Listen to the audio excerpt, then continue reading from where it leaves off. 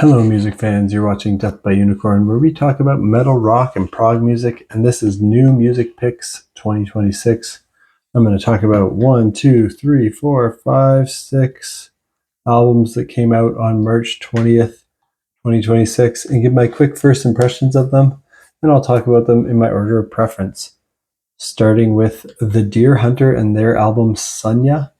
This is the 9th album by this American band. It's progressive art rock with funk, jazz fusion, electronic, pop, and symphonic influences. I'm putting this one in my near masterpiece tier. I love The Deer Hunter. Every studio album they put out is a near masterpiece for me, so I was hoping they'd continue their streak of greatness here. And I really enjoyed the early single I heard before the album, The Glass Desert 1. But it was hard to know just from hearing that track how great the album would be, because I think it needs to be heard in context, as this is a concept album like most of their albums. That track in particular is part of a suite of tracks, The Glass Desert 1, 2, and 3, which is likely a highlight of the album for most people, myself included.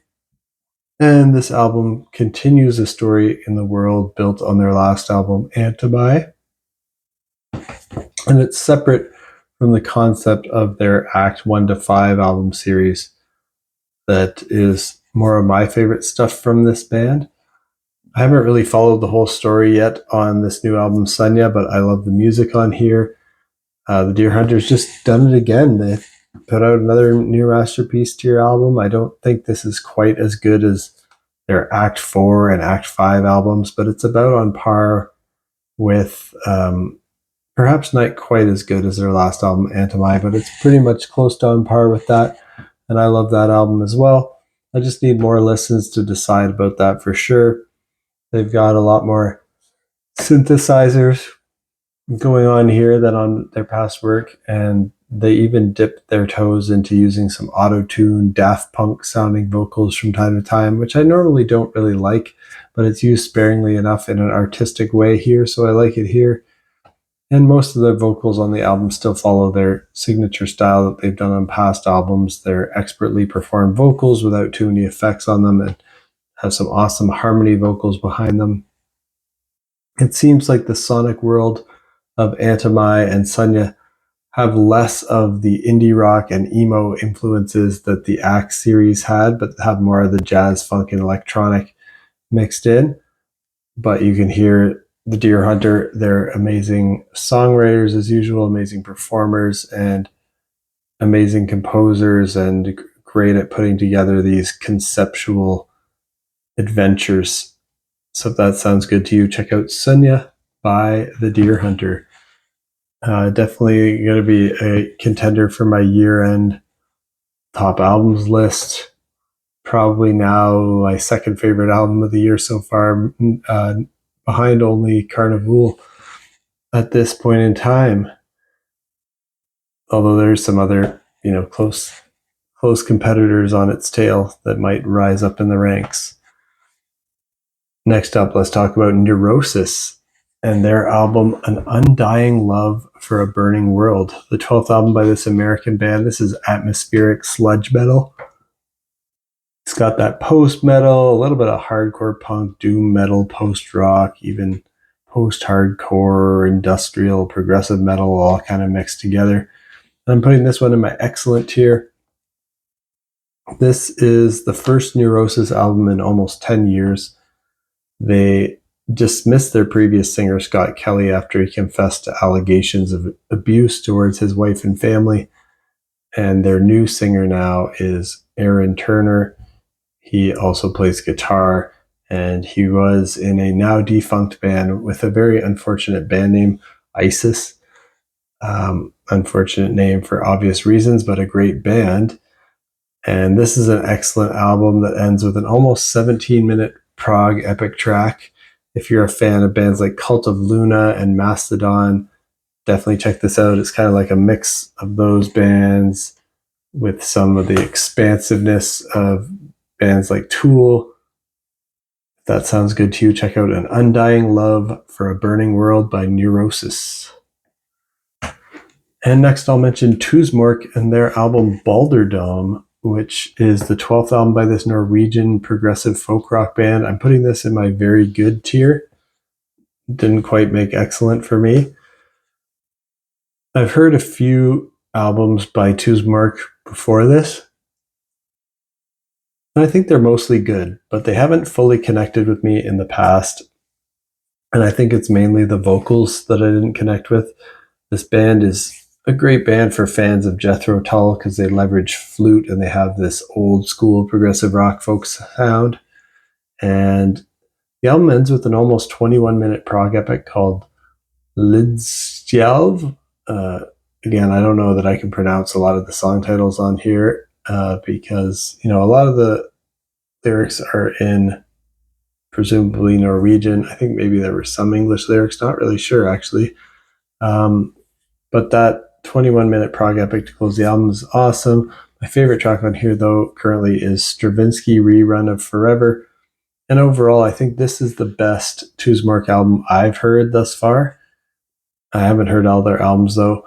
It's either that or maybe I'm just coming around to their sound more. The vocals still aren't that strong here on this one, but they don't bother me as much here as they did on the few previous albums of theirs that I heard.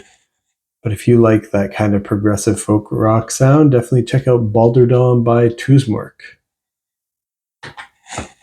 Next up, I want to mention Gaerea and their album Lost, the 5th album by this Portuguese band. And this is a black metal band, but they've gone towards a different sound. I'd say this is a melodic metalcore album with some post-black metal, atmospheric black metal, and black gaze influences. I'm putting this in my very good tier as well. I thought their 3rd and 4th albums were very good as well, and a step up in quality from their 2nd album, and I still haven't heard their debut. The singles I heard from this new one ahead of the release were Submerged and Hellbound, Phoenix, and Nomad. They were all solid, and I was hoping this could be the best thing they put out yet. Strangely, this album sees them go in a much more accessible direction. Gaerea used a lot more of a melodic metalcore sound here than their previous black metal sound. They have choruses with hooks that would be much more accessible to a mainstream, normal radio rock fan or fans of radio metalcore bands.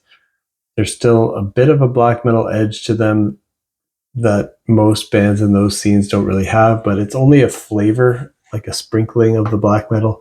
And it's gotten to the point where I thought this would be a black metal album going into it, but then after listening to it, I didn't really think it was. But since I like metalcore, I'm okay. I'm not too bothered by this. I'm still putting this in my very good tier. But if you're a Gaerea fan that likes black metal and doesn't like metalcore, definitely proceed with caution here. Some of the moments almost started to remind me of Sleep Token.